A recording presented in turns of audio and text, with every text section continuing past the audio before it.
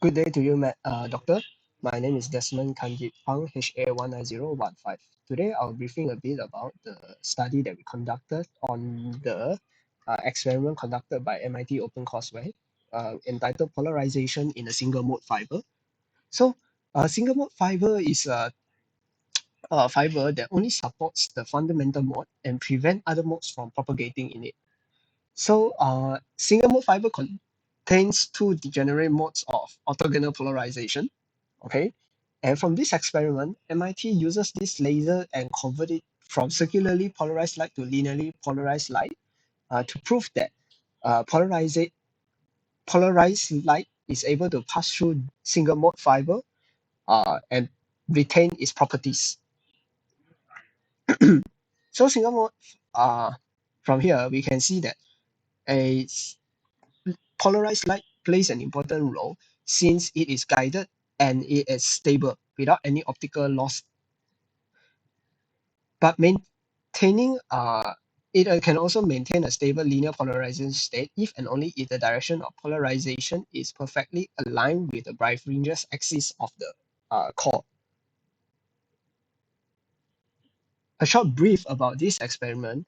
The professor uses a helium neon laser, all right, to emit a light at a 633 nanometers wavelength, 2 meters quarter wave plate. Quarter wave plate changes this polarized light uh, cir- cir- by retarding these waves by 90 degrees. Okay, so you'll get a quarter wave passing through the plate, and then polarizer allows this circularly polarized light and pass it through into a linearly polarized light, and also uses two focal length lenses to focus the beam into a single point so that it is more controlled and guided, and chuck to hold the single mode fiber.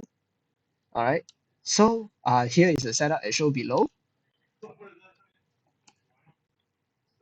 So from the results, MIT OpenCourseware proved that the light that passes through this polarizer is able to retain its properties as it passes through from as a linearly polarized light and exits as a linearly polarized light, especially when the professor rotate the polarizer at the end of it and the lights disappear when when the orientation is orthogonal.